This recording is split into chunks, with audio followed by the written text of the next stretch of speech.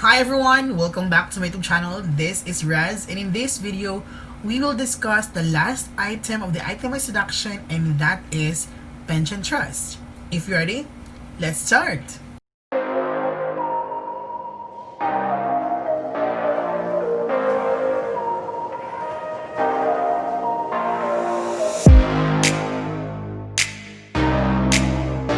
So we have discussed already the expenses, interest, taxes, losses arising from casualties, net operating losses, and from wash sales.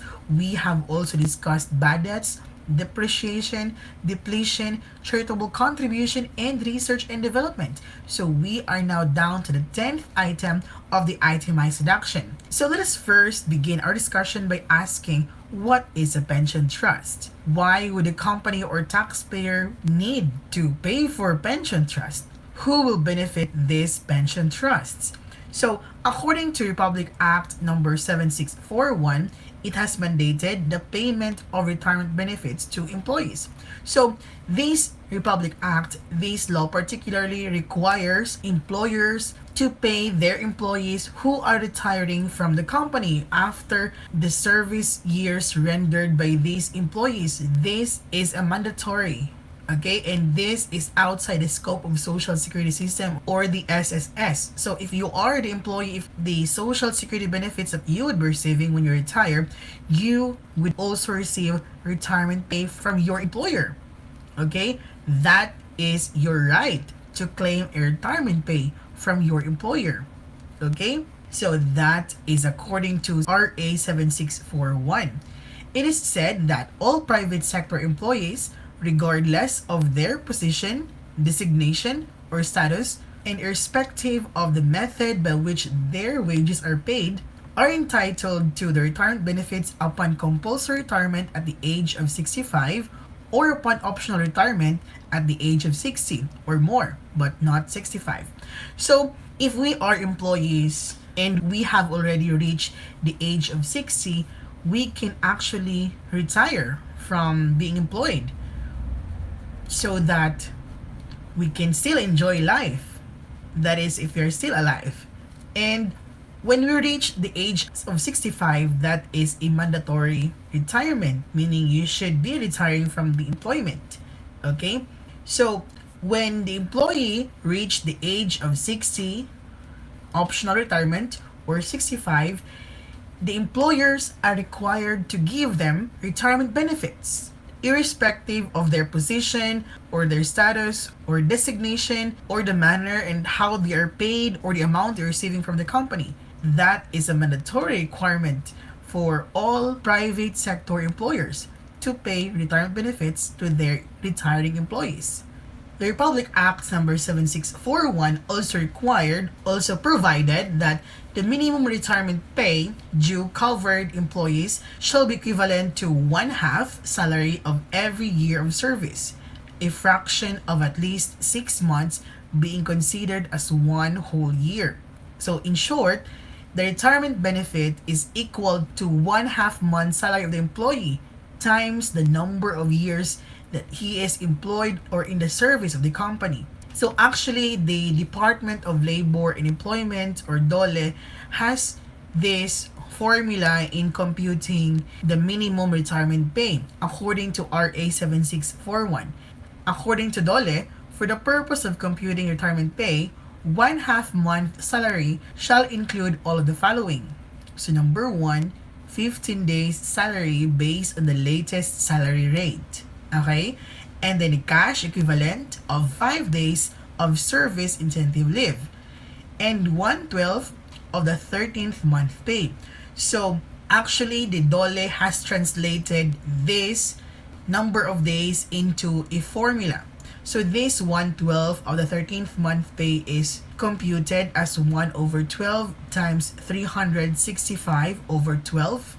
That's 1 year. Okay, then so that would mean this 1/12 is 0.083 times 30.41. This is 365 over 12. So therefore, that is 2.5 days. So therefore, adding these together, 15 plus 5 plus 2.5, that means the 1/2 month salary is equal to 22.5 days. That means the minimum retirement pay is equal to the daily rate times 22.5 days times the number of years. So this is the minimum amount that the retiring employee will receive from the employer. So let us have an illustration. Juan, at the age of 60, retires from ABC Company during the year 2020 after 35 years of service. During his employment, he received an average salary per month of 30,000 pesos. Compute the minimum retirement pay that ABC Company shall pay to Juan. So our solution would first involve the computation of Juan's daily rate. So we have here, the daily rate is equal to 30,000 pesos divided by 30 days. So that means Juan's daily rate is 1,000 pesos. Okay? And then, we will use the formula as prescribed by the DOLE, that is minimum retirement pay is equal to the daily rate times 22.5 days times the number of years. So that means we have the minimum retirement pay is equal to 1,000 pesos times 22.5 days times 35 years. So the minimum retirement pay that Juan should receive from ABC Company should be 787,500 pesos. Okay? This is the minimum, meaning this is the limit. So the company could give Juan more than that depending on their agreement, but the company cannot give Juan lower than that. Okay, so just imagine if you are working right now and then you will be working for 40 years in the company and you're receiving hundreds of thousands monthly salary rate. Just think about of how big your retirement pay will be. And this entire amount will be entirely exempted from the income tax if the requisites to be exempted are met. In our previous discussion about exclusions from gross income, we have mentioned some requirements to be exempted from income tax, particularly for retirement pay. Number 1, the employee must be at least 50 years old. Number 2, the company or the employer should have a retirement plan which is approved by the BAR. Okay? And number 3, the employee has worked for that company for at least 10 years in service to be exempted from the income tax. So when all those requirements are met, this entire amount will be exempted from the income tax. The benefits under this law, the RA 7641, are other than those granted by the Social Security system.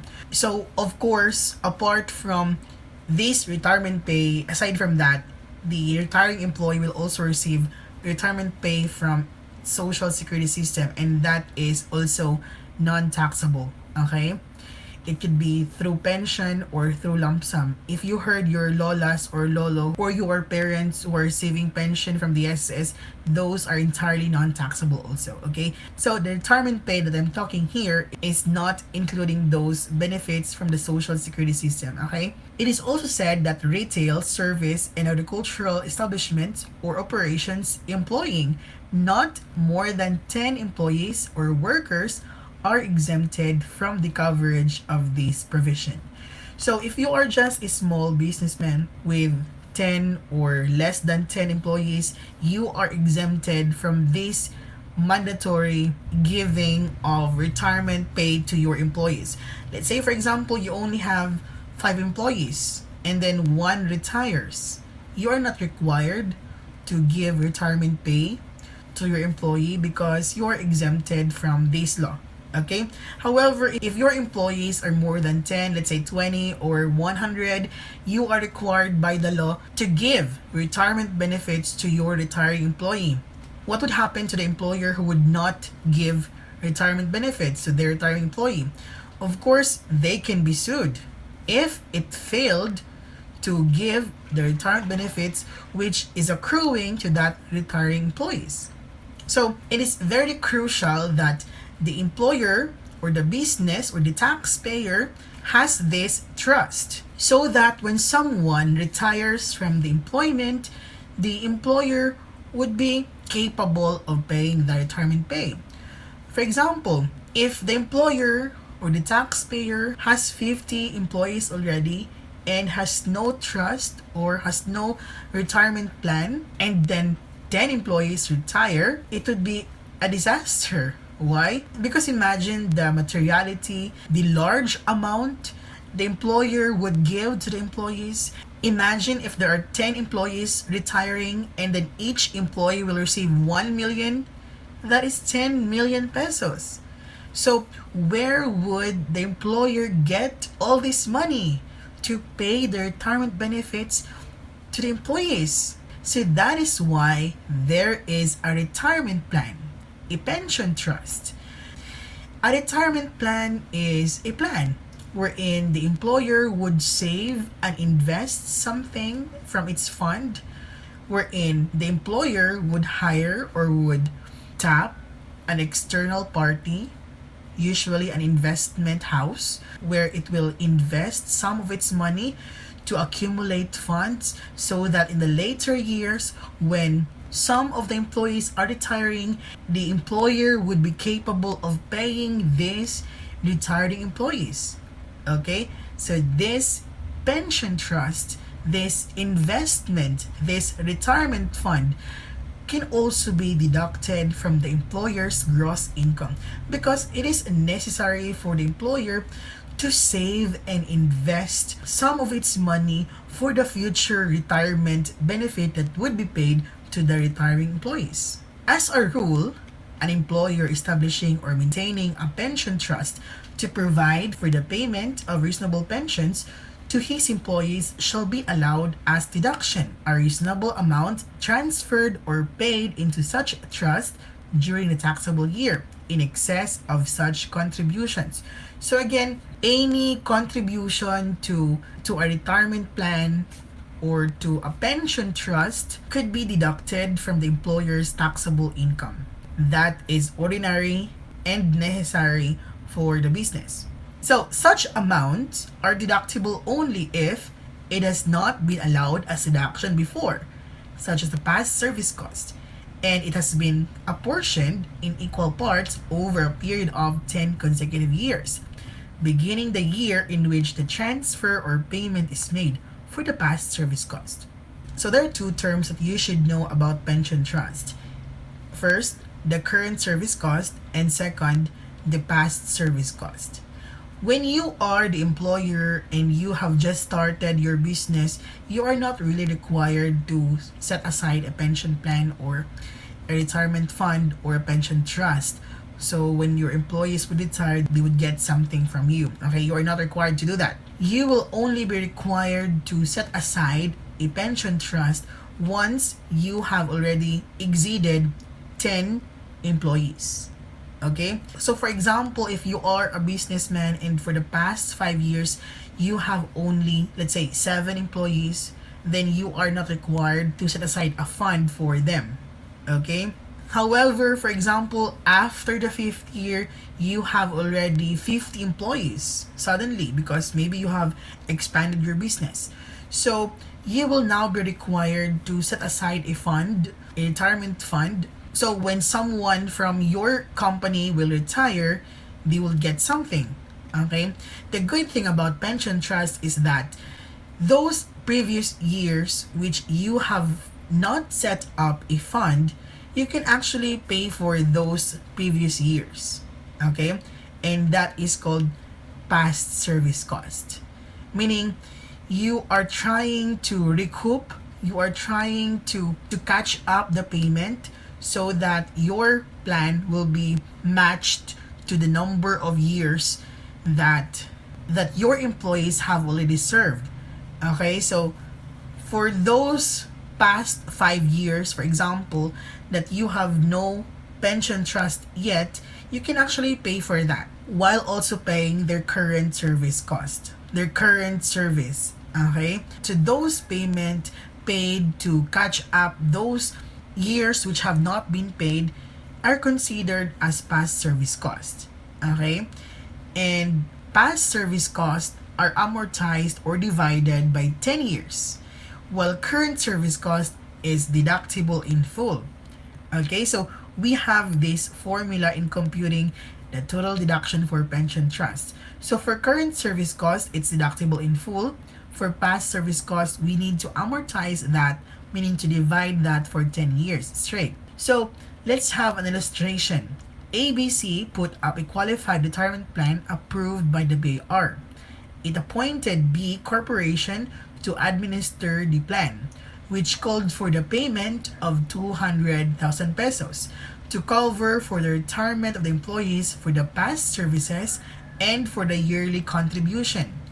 The following amounts were paid for the first 3 years of the plan's operation. So we have here the contribution for services in the past and also for the current.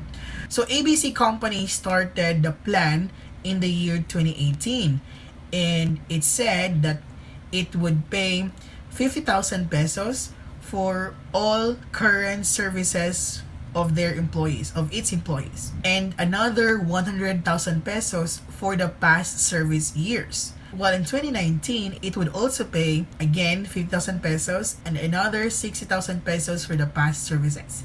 And for the year 2020, another 40,000 for the past service years, and for the current service years, that is 50,000 pesos.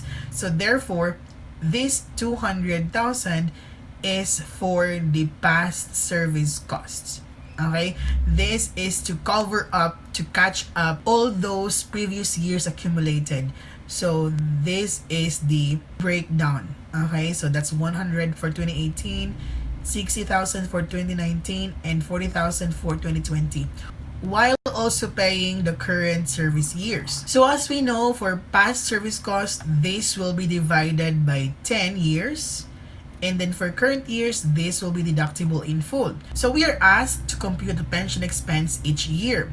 So our solution would be, so we have here the current, the past, and divided by 10 years, and the total expense. So for 2018, the current service cost is 50,000 pesos.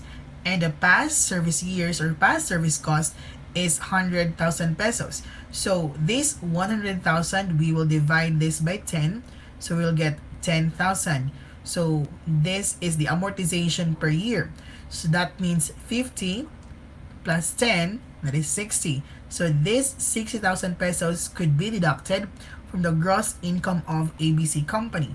Then for the year 2019, we will have again, for the current year, 50,000. And for the past years, we have another 60,000 pesos. And again, we will divide this by 10. So that becomes 6,000 pesos. So to get the total expense or the total deductible amount, we will add the current service cost, which is 50, plus the previous amortization. Remember, we have a previous amortization last year, that is 10. Okay, so we'll add 50 and 10. And of course, this year's amortization of the past service cost. So 50 plus 10 plus 6, okay, to get 66,000 pesos. And for the year 2020, we will have again 50, then we will divide this again for the past service cost, which is 40, that would be 4,000 pesos. So the total deductible amount for the year 2020 would be 50 plus 10 plus 6 plus 4.